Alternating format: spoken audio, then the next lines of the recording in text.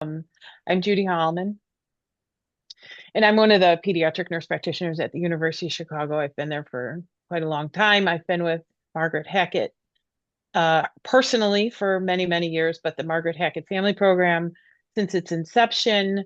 It is my great privilege to be here. I hope I can share a few little nuggets of knowledge. Any pictures that I have are not of any of my patients. I literally stole them off the internet.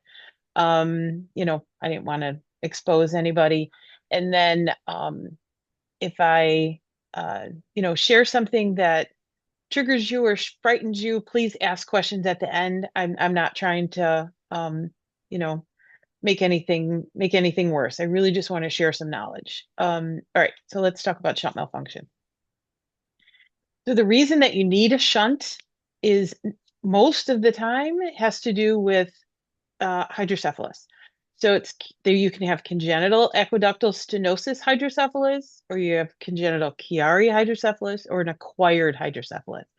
And all that really means is that the fluid circulating around the brain is not balanced in the way it is made and the way it is absorbed. Those two things have to balance. Otherwise, there is not enough fluid or there's too much fluid.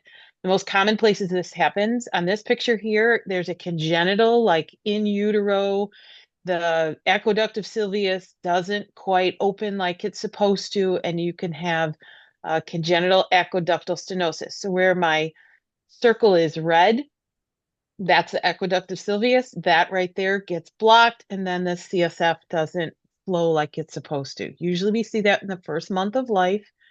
It's a little bit different hydrocephalus than some of the other hydrocephalus, but the concept is still the same.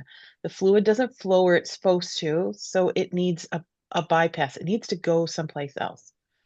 The other ways that you can have hydrocephalus or a blockage of the CSF flow is after you've had a hemorrhage, like when you're preterm and you have a hemorrhage, those big blood proteins interfere with the way that you make and absorb fluid. You can have hemorrhages just like a preterm hemorrhage after a severe trauma or after infection. There are some preterm babies that have both, unfortunately. They have infection and they have an IVH. All those things interfere with the normal way that CSF goes around and feeds and bathes our brain and gets rid of all the debris. Um, Another way that you can have hydrocephalus is if it's really tight where the CSF is supposed to leave where it circulates around the brain. So if you look at my purple circle here, and the purple circle is where the cerebellum, um, and the very bottom of the cerebellum is called the cerebellar tonsils. They're not supposed to kind of hang down where the CSF exits out of the brain, but sometimes they do. You're just born that way, or something has happened that has caused the cerebellar tonsils to take up too much space, and then it gets really crowded in that hole where the fluid is supposed to flow. And if the fluid can't flow, it backs up around the brain. And then the last place that you get hydrocephalus that we just don't really think about as much is if it's not getting absorbed in a way that it's supposed to. So if you look at my multicolored circle around the subarachnoid space, the fluid is supposed to be made in the lateral ventricles, goes to the third ventricle, the fourth ventricle, out the foramen magnum, around the spinal cord, and then it comes back up around the outside of the brain, and it's supposed to absorb there. And if those subarachnoid villi, they're like little trees that reach out and get the little globules of fluid, and if those aren't working right, the whole system is going to back up. I hope that makes sense. So hydrocephalus is a progressive dilation of the ventricles because the rate, like I said, of production of the fluid exceeds the rate of the absorption of the fluid. The two buckets have to be balanced. Recent data says that 1 in 770 babies will develop hydrocephalus, either from preterm IVH or infection or trauma. And currently, the only treatment we have for hydrocephalus is the placement of a ventricular cerebral spinal fluid shunt, or we just call it a shunt, right? Or a third ventricular cisternotomy, which I know is a really fancy word and I love to say it, but we're not going to review that today. Today, we're just talking about shunts. So on a normal CT scan, what we see here, big orange, arrow pointing to um, tiny little front part of the ventricles that almost look like squinted eyeballs. And then if you look at this and pretend it's like a smiling face, the third ventricle is in the middle, that's the nose. And then the smile with the dimples at the bottom should be about where the fourth ventricle is. And a happy brain should have squinty eyes, a cute little button nose, and a cute little smiley face. And we show this to the kids all the time that, some kids have just really, really happy brains. Other patients, unfortunately, because whatever has happened, those same spaces become much more enlarged. So they look like, if we look at the picture on the left-hand side, those squinty little eyes have now become like almost big eyes of surprise and a big giant nose, and the smile doesn't even look like a smile anymore. Um, and the patient on the left, that looks like to me hydrocephalus, but also where it's bright white, it's possible there was some IVH there, or there was some infection. And then on the right-hand side is the same patient after a shunt was placed. And what I'm going to bring to your attention is it doesn't mean the ventricle spaces are significantly smaller, but they look more in proportion to each other. So it almost looks like somebody with surprised eyes and like, a big cheeks full of, I don't know, maybe snacks or something, but the face doesn't look quite as angry as the one on the left, right? Um, and then interesting fact, because Margaret was bringing up interesting facts. Unfortunately, after a grade 4 IVH, 90% of children will progress to ventricular dilation that probably needs something. Not always a shunt, but many of them end up needing shunts. So just to review, you may be very familiar with shunts, but I just want to, review the parts of the shunt.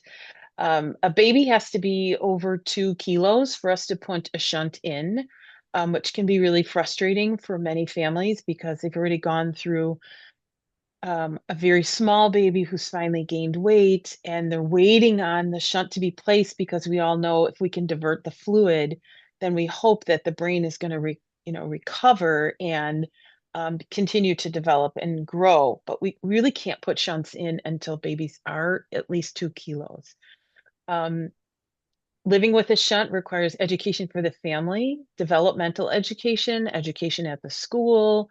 Living with a shunt is, not easy. It's an extra baggage of things to think about and to talk to people that are caring for your child.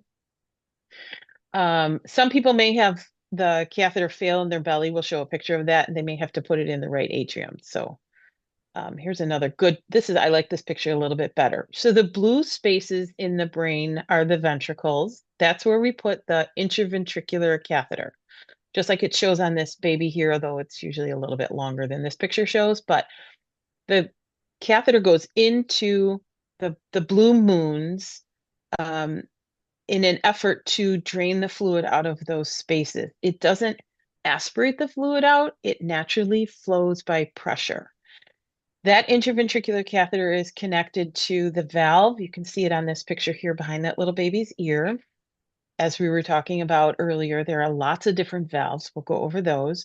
Um, and it's really I think it's kind of neat and a great testament to people who have devoted their lives to hydrocephalus that even in this relatively short time period of 75 years, we've come up with many, many different kind of valves with many different advantages of, living a reasonable life with hydrocephalus. And then the valve gets connected to the distal catheter. The distal catheter goes into the layers of the abdomen, not actually into your stomach, although we say it goes into your stomach, it doesn't really. It actually goes into the layers of your that go across your abdomen. And so the fluid then by pressure drains out of the ventricular catheter into the valve. The valve opens under the face of pressure, allows the fluid to flow into the distal area. And in a perfect world, it'll absorb in that distal area there. And then when the pressure is low enough, the valve closes so that you're not continually wanting to drain all the time. Here's another picture here, shows how the intraventricular catheter to the valve, and it gets tunneled down underneath the skin into the layers of the abdomen. If for some reason that fails and we have to seek an alternate spot, what we can do is the exact same setup of the intraventricular catheter to the valve and put the distal catheter right where one of the big blood vessels comes into the right side of your heart. And hopefully the fluid gets absorbed there. There are other places we can put the distal catheter, but these two are the most popular places that we put shunts. Here's the valves that we've come out with. So on the left is the Codman valve, in the middle is the Strata, and on the right is the Certus. The Certus is the newer one. Many people have programmable valves, which allows adjustments for growth. So as a child continues to grow, they actually may need a different pressure setting as they continue to get bigger and taller. There are different things that can happen to people. They need different CSF flow dynamics, can be adjusted without surgical intervention. So Margaret was talking about the first shunts. Part of why they didn't work so well is when they had a shunt malfunction, they didn't have a valve we could adjust. They had to go in, and they didn't realize that they could just change the part that was broken. So somebody would get a shunt, and if it wasn't working right, they would get a whole new shunt, maybe on the other side. And then if it wasn't working right, they'd go with another shunt. So it didn't take long before some of these people had 3 and 4 and 5 shunting systems and no valves in them. So we've come a long ways to say, no, we need to be able to program and control some of the flow through that tubing. Unfortunately, these valves can be prone to clogging, and they are all programmed with a magnet. So environmental magnets possibly could influence the setting. That's why they've come out with newer and newer magnets. Now, the people from Certus tell you that it is not affected by a magnet.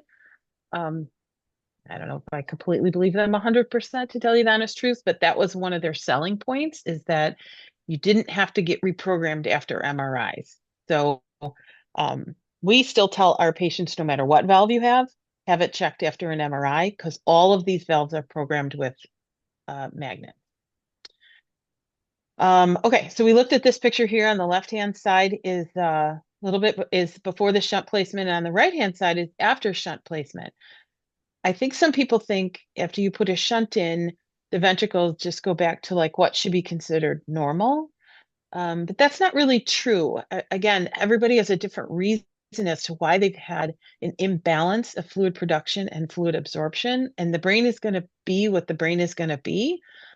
So we do the best we can to find that sweet spot so the brain keeps growing, the brain keeps developing, and you're not having, symptoms from the shunt not meeting a good sweet spot. That's what we call it, a sweet spot.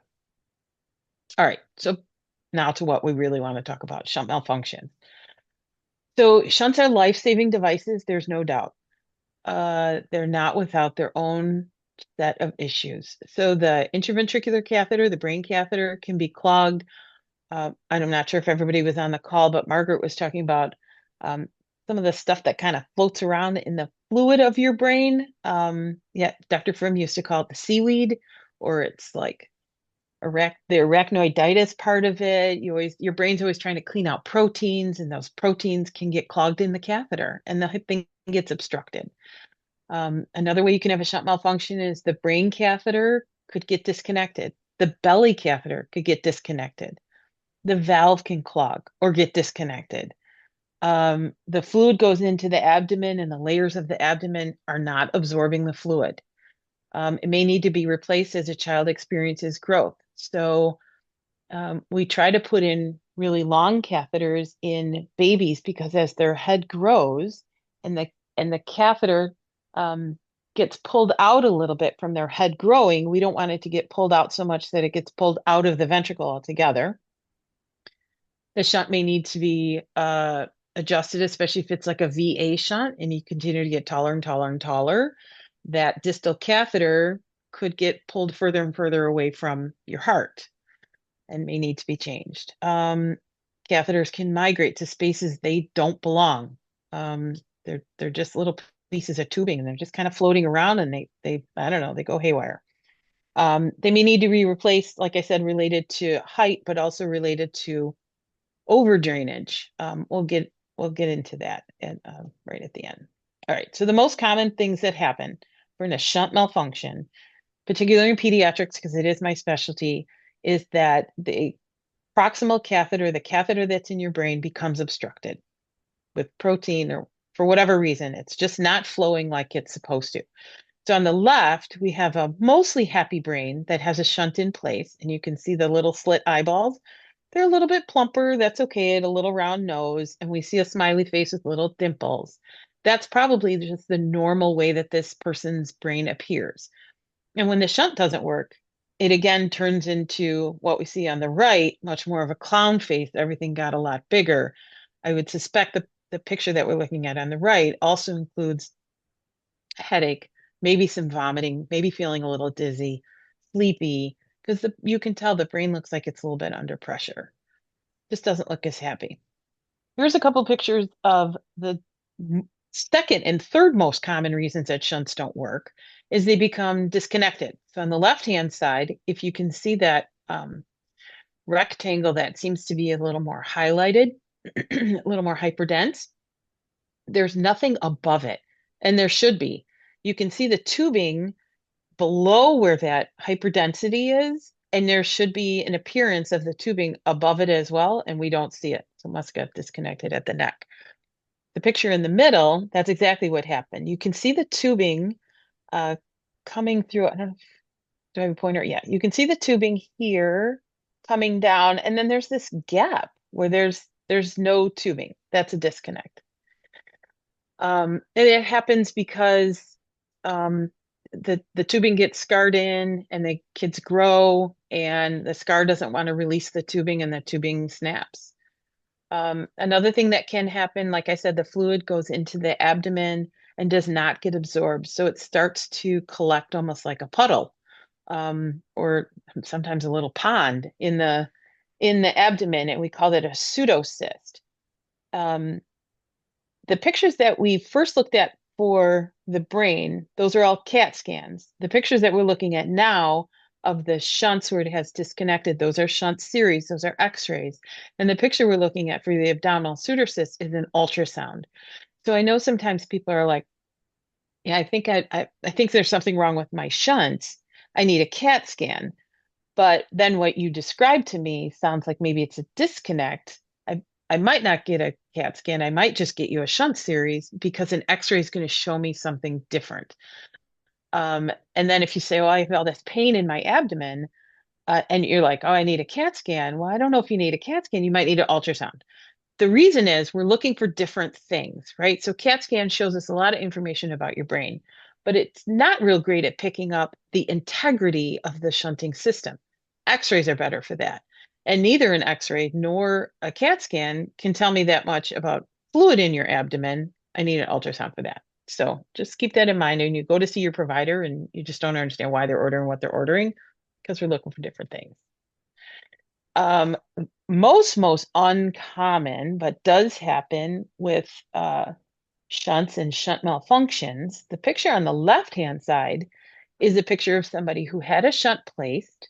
The shunt is working, it's draining the fluid. The ventricles have become significantly smaller than what they were before, so much so that the brain has kind of relaxed into the ventricles, and we can now see where all those arrows are pointing.